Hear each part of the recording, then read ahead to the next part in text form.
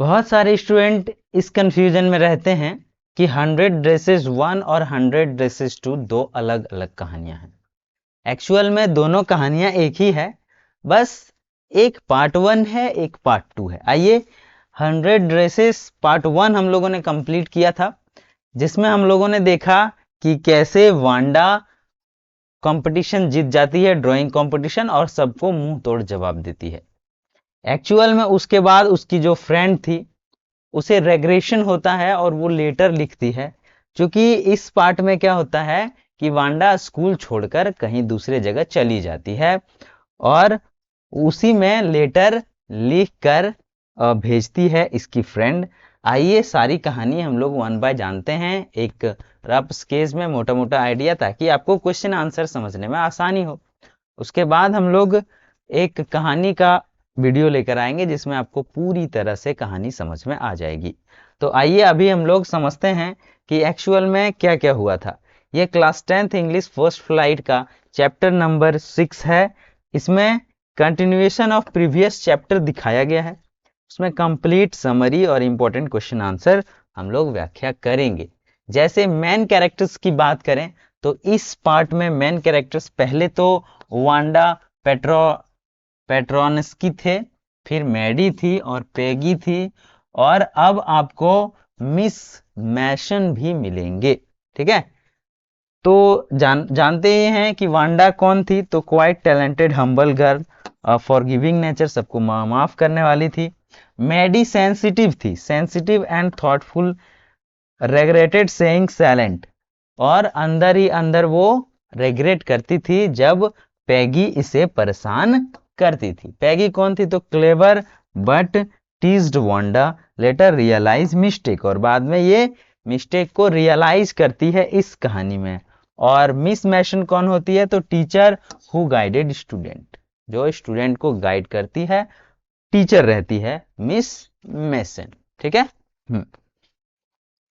यहाँ पे की पॉइंट समझते हैं पार्ट 2 का क्या है। तो टीजिंग अदर इज रॉन्ग, यहाँ पे बताया गया है कि दूसरे को टीज करना गलत है। ठीक है, वहीं पे silence against bullying is also wrong. Bullying मतलब भी होता है परेशान करना, तो कोई किसी को परेशान कर रहा है और आप चुप हैं तो वो भी गलत बात है। आपको जो गलत चीज है उसका विरोध करना चाहिए।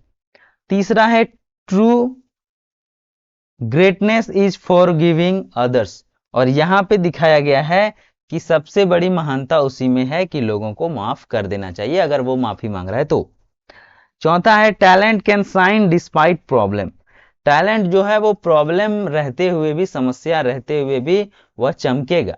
अगर आपके अंदर टैलेंट है तो वो चमकेगा चाहे समस्या कोई भी हो। ठीक है, और पांचवा है we should respect everyone equally, और हम लोगों को सबकी बराबर इज्जत करनी चाहिए। ठीक है, तो ये सारी चीजें हैं इसका की पॉइंट्स। अगर ये सारी चीजें याद रखते हैं तो ये कहानी समझने में ज्यादा आसानी होगी। ठीक है, अब इसमें थीम्स या मॉरल वैल्यूज क्या क्या है। तो काइंडनेस एंड इम्पैथी, ठीक है, यानी कि दया और उसके प्रति जो अच्छी भावना है, उसके प्रति दुख है, वो चीजें यहाँ पे इसका मॉरल है। Be kind, understand others, compassion, make the world better. दूसरे की दुख को समझना और उस पे दया करना ही दुनिया को अच्छा बनाता है, बेटर बनाता है। दूसरा है रेग्रेट एंड रियलाइजेशन। ठीक है, हाँ, तो मैडी जिस तरह से रेग्रेस और रियलाइज करती है कि हम वांडा की मदद नहीं कर पाते हैं, पैगी उसको परेशान करते रहती है, तो वो चीजें भी इसमें दिखाया गया है। फॉरगिवनेस एंड ह्यूमैनिटी, मानवता और माफ करने की जो गुण है वांडा के अंदर, वो चीजें दिखाया गया है।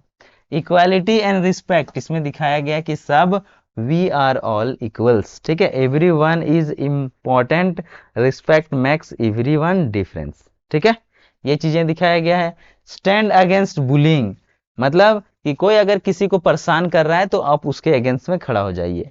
Speak up, support others, together we can stop bullying, जब सब आदमी मिलके क्या कर सकते हैं, बुलिंग को मतलब रोक सकते हैं। जो गंदी चीजें हैं, जो लोगों एक एक आदमी को परेशान करने वाली चीजें हैं, उसे हम लोग रोक सकते हैं। ये इसका थीम है। इंपॉर्टेंट वर्ड मीनिंग्स की बात करें इस चैप्टर में तो क्या है, टीजिंग मतलब मेकिंग फन ऑफ समवन, किसी का मजाक उड़ाना क्या कहलाता है? टीजिंग। गिल्ट क्या कहलाता है? तो feeling sorry for wrong action, आप गलत एक्शन किया और उसके लिए अगर आपके मन में दुख है तो उसे गिल्ट कहते हैं। फॉरगिव मतलब होता है टू पार्डन, किसी को माफ कर देना। टैलेंट मतलब होता है नेचुरल स्किल, जो आपके अंदर पहले से टैलेंट है।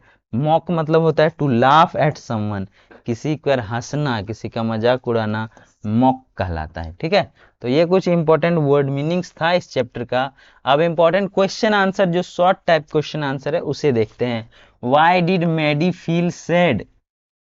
ठीक है, इसमें एक्चुअली होता ये है कि कहानी में जब वांडा छोड़ के चली जाती है स्कूल, तो पैगी और मैडी लेटर लिखती है और उसको कहती है हम लोगों को माफ कर दो। ठीक है, तो मैडी फील सैड, क्यों फील करती है sad? Because she never stopped Peggy from teasing Wanda, वो कभी पैगी को ये नहीं बोलती है कि तुम उसको परेशान क्यों कर रही है, मत करो परेशान। वो सिर्फ अंदर ही अंदर सोचती है कि पैगी गलत काम कर रही है, बट ये मना कभी उसे नहीं करती है, इसीलिए इसे दुख होता है, ये अपने आप में सैड फील करती है। दूसरा क्वेश्चन है, why did Wanda leave school? Wanda school क्यों छोड़ के चली जाती है?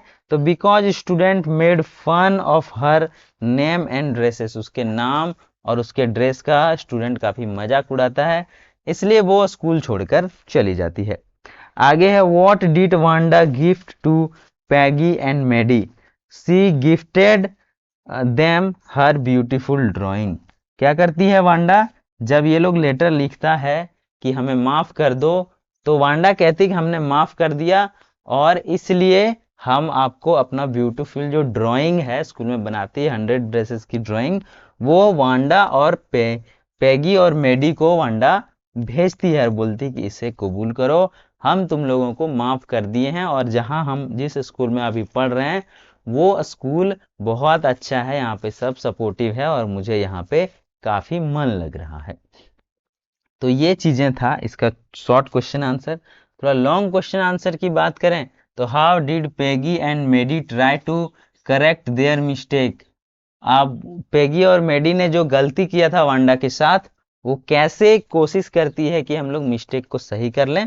तो दे फेल्ट गिल्टी, वह अपने आप में गिल्टी फील करती है, and wrote a letter to Wanda, Wanda को एक लेटर लिखती है to show friendship and regret, अपने मन के अंदर जो दुख रहता है और अपनी दोस्ती को दिखाने के लिए एक लेटर लिखती है मेडी और पेगी दोनों मिलकर। ठीक है, दूसरा क्वेश्चन है, what lesson do you learn from the story? इस स्टोरी से आप क्या सीखते हैं? ठीक है, तो यहाँ पे आप लिख सकते हैं, we should never insult anyone, हम लोगों को किसी की इंसल्ट नहीं करनी चाहिए। We must respect all people and oppose bullying, हमें सब लोगों की इज्जत करनी चाहिए और जो बुलिंग करता है, जो किसी को परेशान करता है, उसे रोकने का प्रयास करना चाहिए। देखिए लेटर लिखती है यहाँ पे, dear Wanda we miss you so much, we are sorry for what happened before, हम लोगों ने जो जो किया वो क्या है, तो उसके लिए हम लोग दुखी हैं। It was wrong and we feel very bad, you are kind talented and a great friend, please write back with love Maddie and Peggy. Maddie and Peggy ने मिलकर लेटर लिखती है किसको? वांडा को। ठीक है, तो वांडा भी रिटर्न में गिफ्ट उसको देती है, जो 100 ड्रेसेस का गिफ्ट, मतलब वो 100 ड्रेसेस का ड्राइंग बनाई थी वो वाला वापस करके कर देती है। ठीक है, तो ये सारी चीजें है इसका।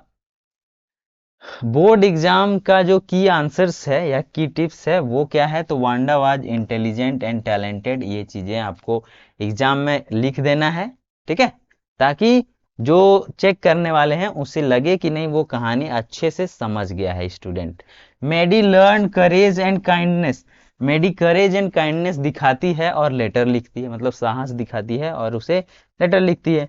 पैगी realise teasing is wrong, last में पेगी भी सोचती है कि किसी को टीज करना गलत है, वो रियलाइज कर लेती है।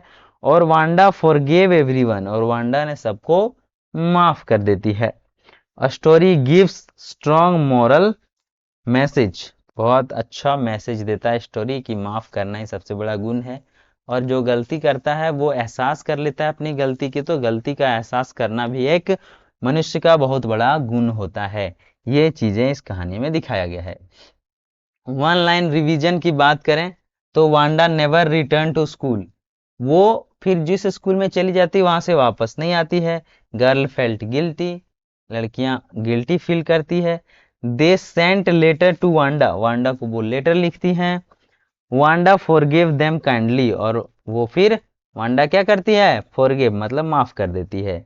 सी गिफ्टेड हर ड्राइंग, और ड्राइंग को गिफ्ट कर देती है अपनी फ्रेंड मेडी और पेगी को। ठीक है, तो इस तरीके से आपका पूरा चैप्टर कंप्लीट होता है।